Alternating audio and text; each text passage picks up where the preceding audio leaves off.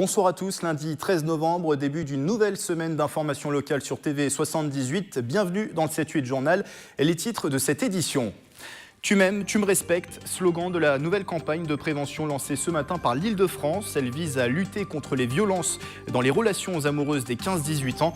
Une jeune femme sur 7 a déjà subi des violences psychologiques, psychiques ou sexuelles. Samedi, c'était le 99e anniversaire de l'armistice qui a mis fin à la Première Guerre mondiale. Des cérémonies se tenaient dans toutes les villes de Saint-Quentin en Yvelines. Nous étions à Maurepas et nos deux invités, elles, ont mené des recherches sur 26 poilus de Montigny-le-Bretonneux, Pascal Mathieu et Patricia Poulard.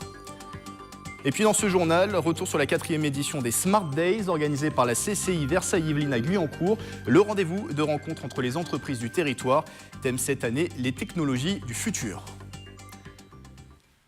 16% des agressions sexuelles se déroulent entre 15 et 17 ans, phénomène que souhaite endiguer la région Île-de-France. Je vous le disais dans les titres, elle a lancé ce matin une campagne de prévention des violences dans les relations amoureuses chez les adolescents. C'était au conseil régional à Paris devant près de 700 lycéens franciliens. Nicolas Dandry. Quand je te dis que j'ai pas envie, c'est que j'ai pas envie là. J'ai pas arrêté de penser à ce qu'on allait faire toute la journée. Mais arrête! Aïe!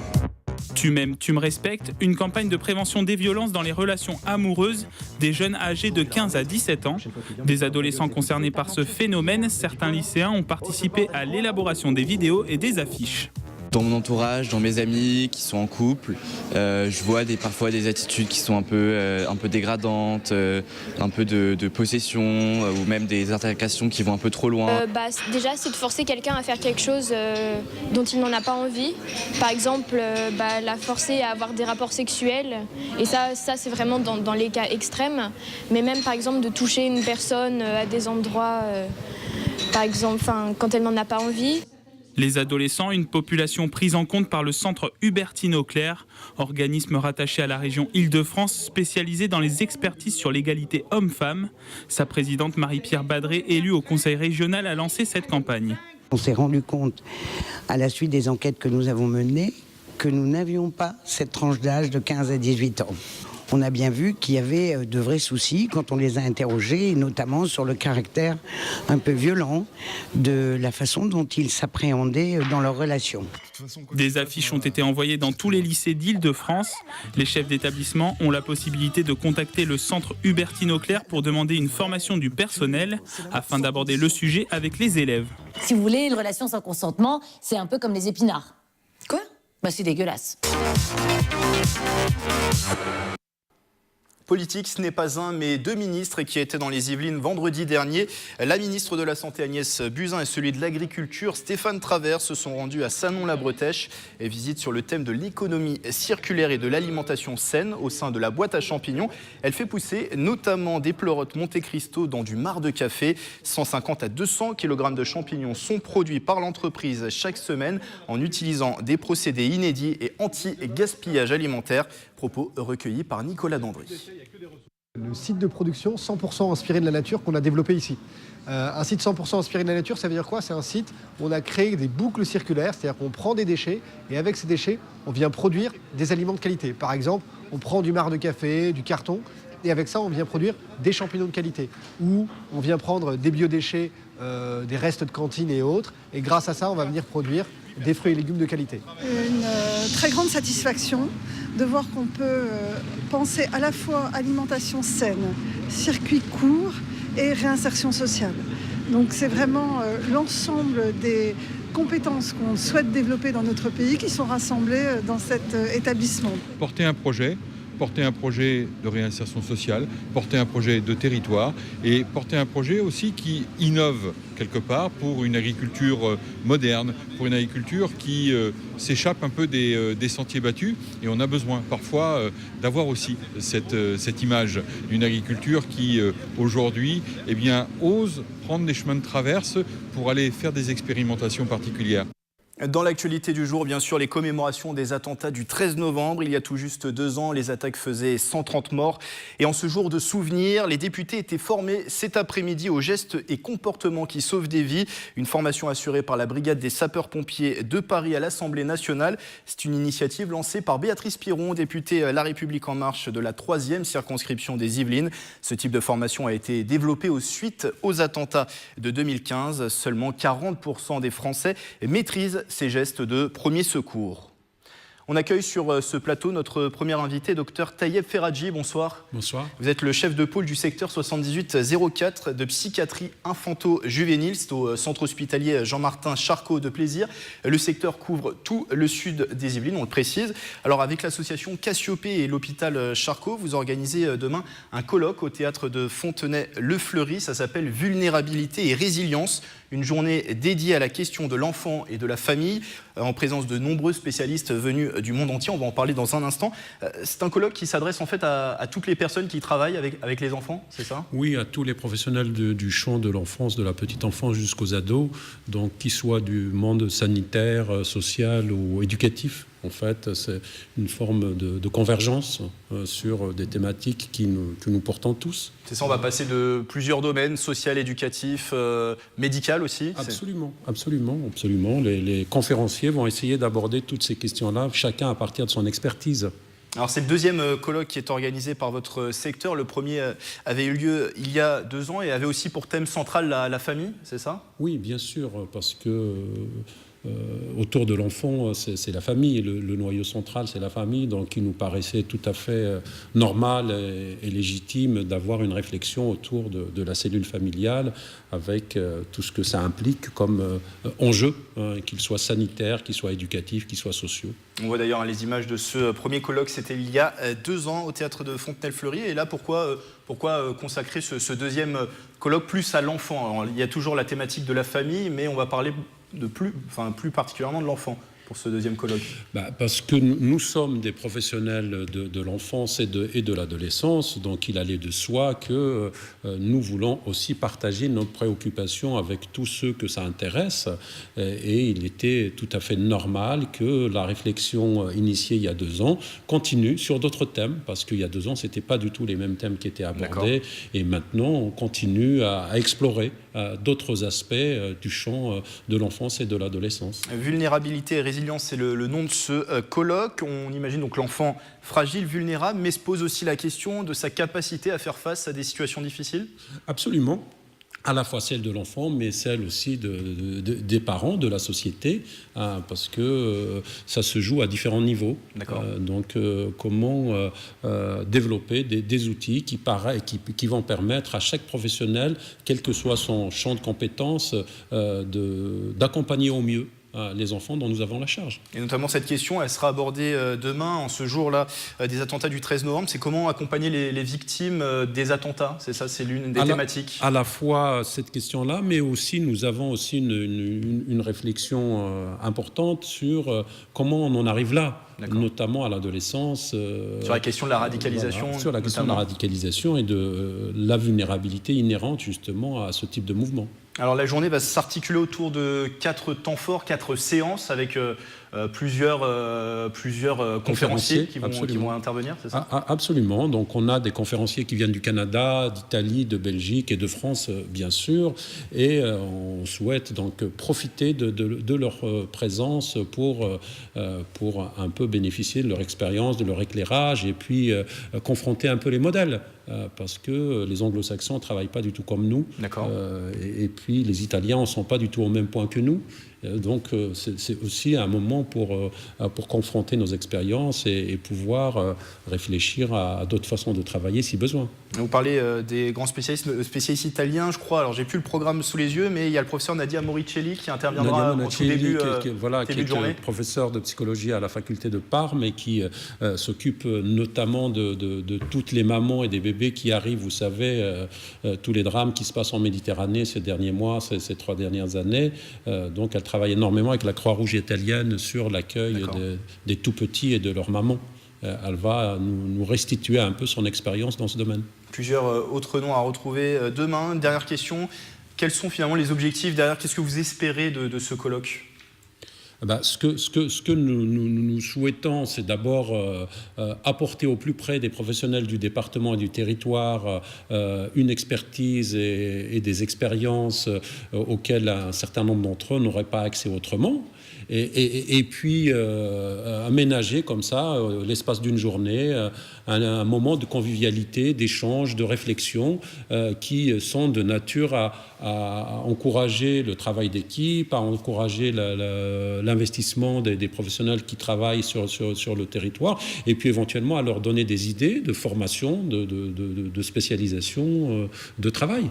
Merci à vous, docteur Tayeb Ferradji, c'est moi qui vous remercie. chef de pôle secteur 78 I04 de psychiatrie infanto-juvénile au centre hospitalier Jean-Martin Charcot de Plaisir. Vous organisez donc demain ce colloque autour de la question de l'enfant et de la famille, vulnérabilité et résilience, et ça se passe au théâtre de Fontenay-le-Fleury.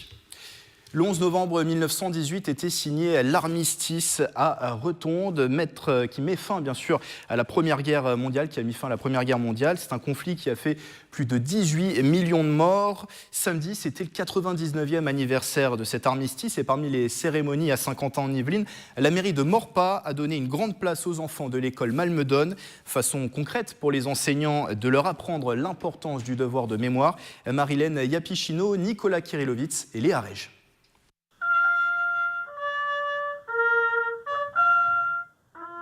Samedi, la ville de Maurepas conviait ses habitants à commémorer l'armistice.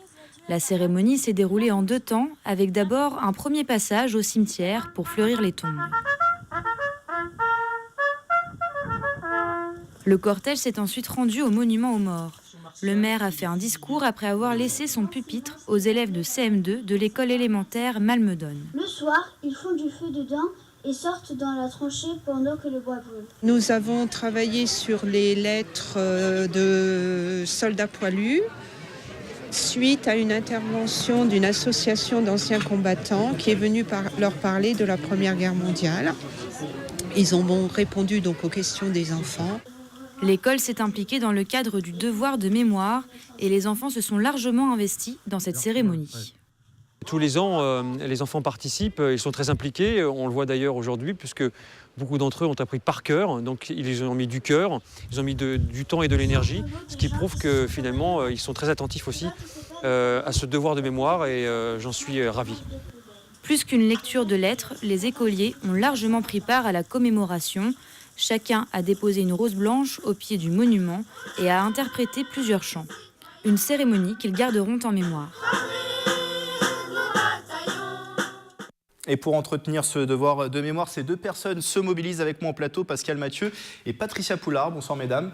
Bonsoir. Vous êtes, vous deux et 2 autres Inimontaines qui ne sont pas là ce soir. Avec 2 autres Inimontaines, vous avez mené des recherches sur 26 poilus combattants donc de la Première Guerre mondiale, dont le nom est inscrit sur le monument aux morts de Montigny-le-Bretonneux. Ce travail vient d'être publié sur le site Wiki de la Grande Guerre, qui est mis en place par le Conseil départemental des Yvelines et les archives départementales des Yvelines également.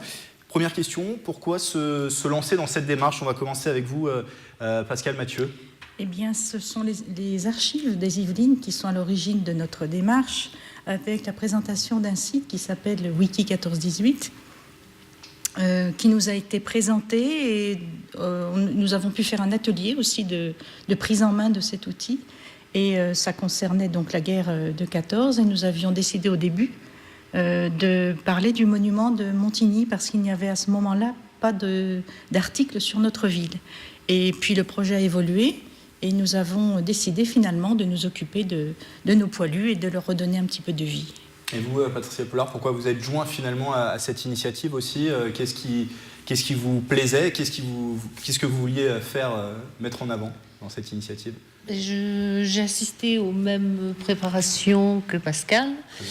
Et j'habite Montigny depuis 1970, donc c'est une ville qui me tient à cœur, donc partir sur nos poilus, c'était important, on l'a vu dans le sujet précédent sur Maurepas, là le devoir de mémoire c'est important de l'entretenir, de ne pas oublier le nom de ceux qui sont morts pour la France. Bien sûr, le nom sur le monument c'est bien, mais bon, on a pensé que c'était bien aussi de redonner un petit peu de vie. Et on a avec nous donc Françoise Pinchard aussi, qui nous a beaucoup aidés, et Claudine Adroit, qui elle avait travaillé avec ses collégiens sur le sujet.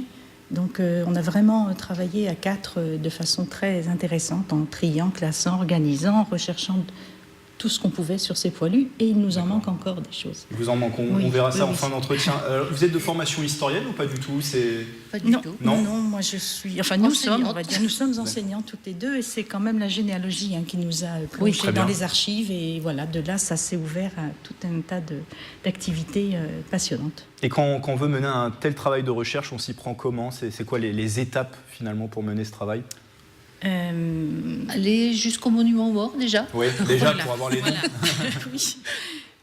Faire des photos, effectivement, et puis après, aller à la recherche dans les archives au niveau des recensements, de l'état civil, les fiches matricules. Voilà, des fiches matricules, changer aussi de département quand nos poilus étaient nés ailleurs.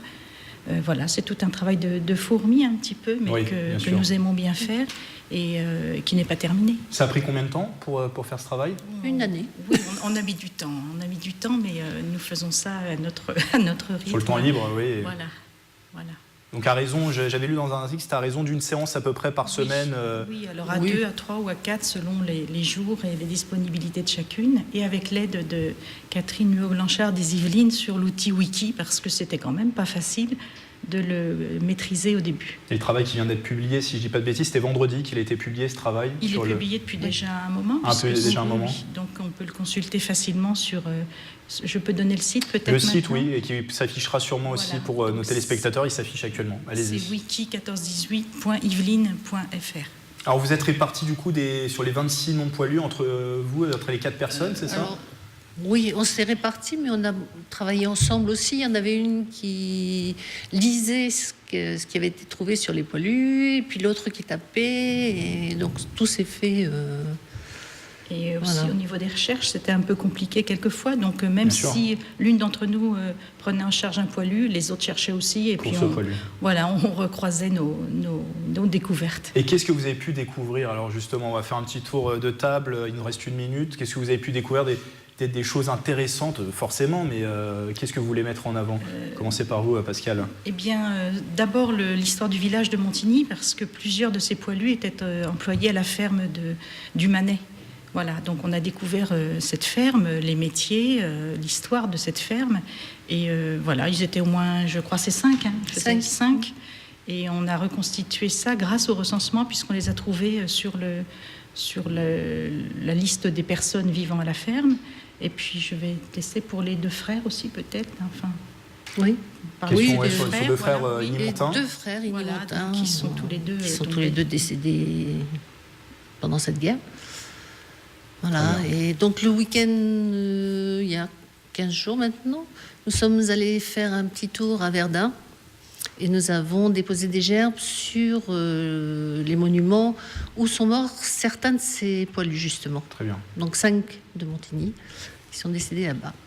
Et dans la continuité, Madame Madroy, qui n'est pas là ce soir, proposera probablement le portrait de son grand-père, poilu, mais qui lui est revenu par contre. Très bien. Et bon, en tout cas, on vous félicite pour ce travail de recherche. Merci beaucoup à vous deux, Pascal Mathieu et Patricia Poulard. Vous avez mené, donc je le rappelle, des recherches sur 26 poilus de Montigny-Bretonneux. Leurs noms sont inscrits sur ce monument aux morts et on peut retrouver ces recherches sur le site wiki1418.fr. Économie, c'est le rendez-vous des entreprises du territoire organisé par la CCI Versailles-Yvelines, Chambre de commerce et d'industrie. La 4e édition des Smart Days se tenait vendredi dans les locaux de Bouygues Construction à Guyancourt. Et la journée a mis à l'honneur 2 technologies de l'industrie du futur. C'est la réalité augmentée et l'impression 3D. Reportage d'Aurélie 11. Des rendez-vous d'affaires individuels qui côtoient des technologies très futuristes. Lors de cette manifestation annuelle consacrée à l'innovation, en plus de nouer de nombreux contacts avec des partenaires, les entreprises yvelinoises ont notamment pu découvrir les opportunités qu'offre l'impression 3D. L'impression 3D permet la production de masse de pièces sur mesure. Et on n'a pas tous le même fémur, on n'a pas tous le même crâne. Et donc l'impression 3D a un débouché naturel sur l'environnement médical, mais pas que, parce que toutes les industries aujourd'hui nous sollicitent à travers l'Europe et également aux États-Unis et en Asie. Autre technologie qui a envahi notre quotidien depuis ces dernières années, la réalité augmentée. Un procédé développé notamment à Elancourt dans les locaux d'Airbus Defence and Space. On va venir ajouter des informations digitales à votre réalité. C'est-à-dire qu'on va venir pointer des objets et leur indiquer leur nature. On a présenté un petit peu ce qu'on a fait autour d'une application qui est un des premiers cas d'utilisation dans le monde de l'éducation. Comment utiliser la réalité augmentée pour améliorer nos capacités dans le cadre du training ou de la formation. Guider les entreprises yvelinoises pour qu'elles s'approprient ces nouvelles technologies numériques, c'était la volonté de la Chambre de commerce et d'industrie.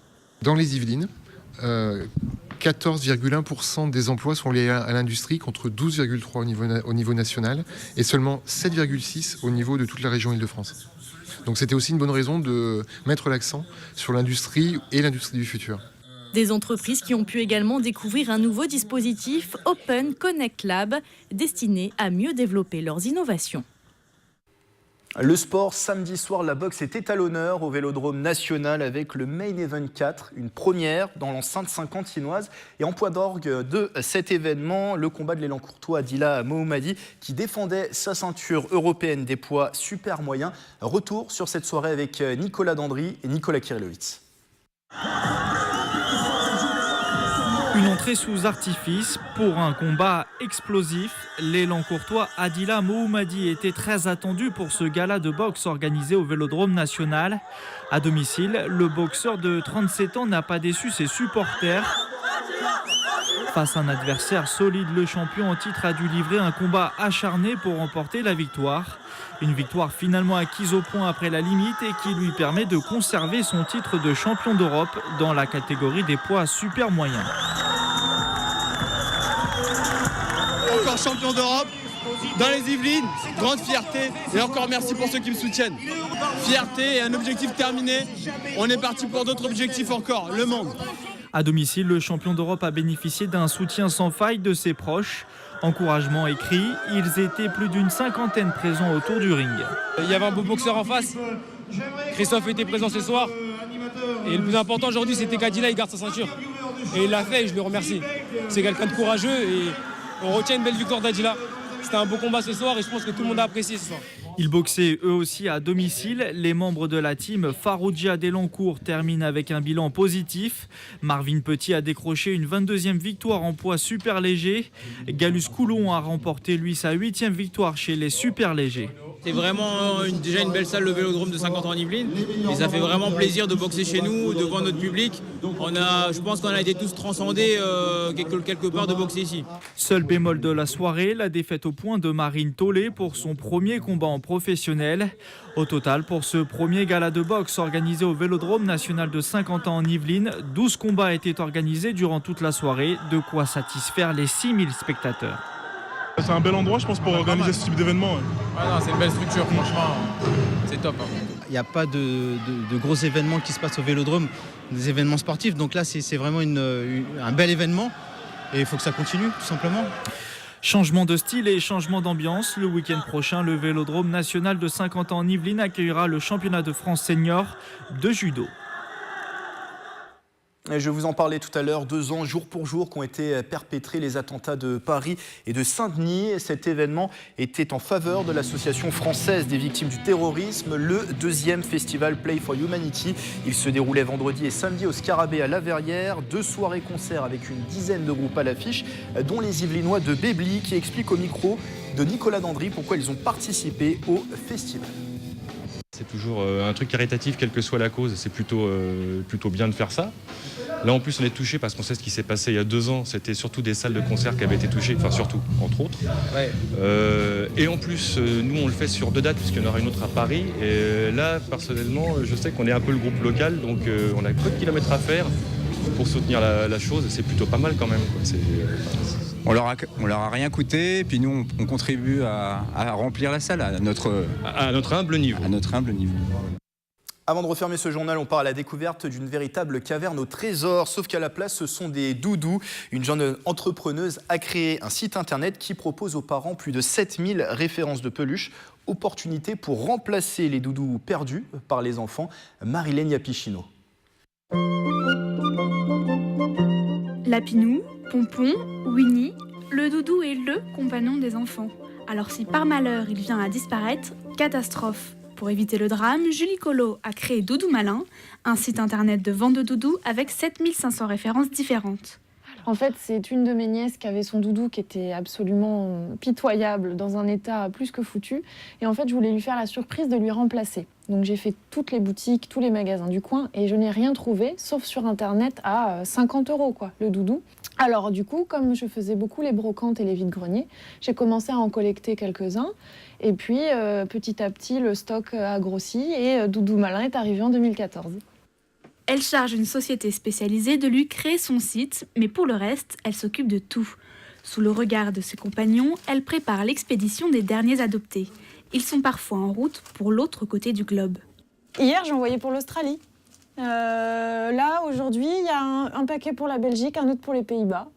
Quant aux nouveaux arrivants qui viennent de rejoindre le stock, ils passent d'abord sous le feu des projecteurs. Avec entre 700 et 1000 ventes par mois, Doudou Malin a pour ambition de devenir le site numéro 1 du doudou perdu. Et pour ceux dont le doudou est rare... On a pensé à tout. Donc on a une alerte email, vous pouvez vous inscrire et en fait, dès qu'on en rentre un, vous avez une alerte.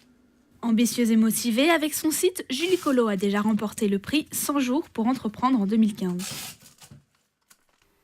C'est la fin de ce 7-8 journal. Il est disponible en replay sur notre site internet et notre application mobile TV78. Très bonne soirée à tous.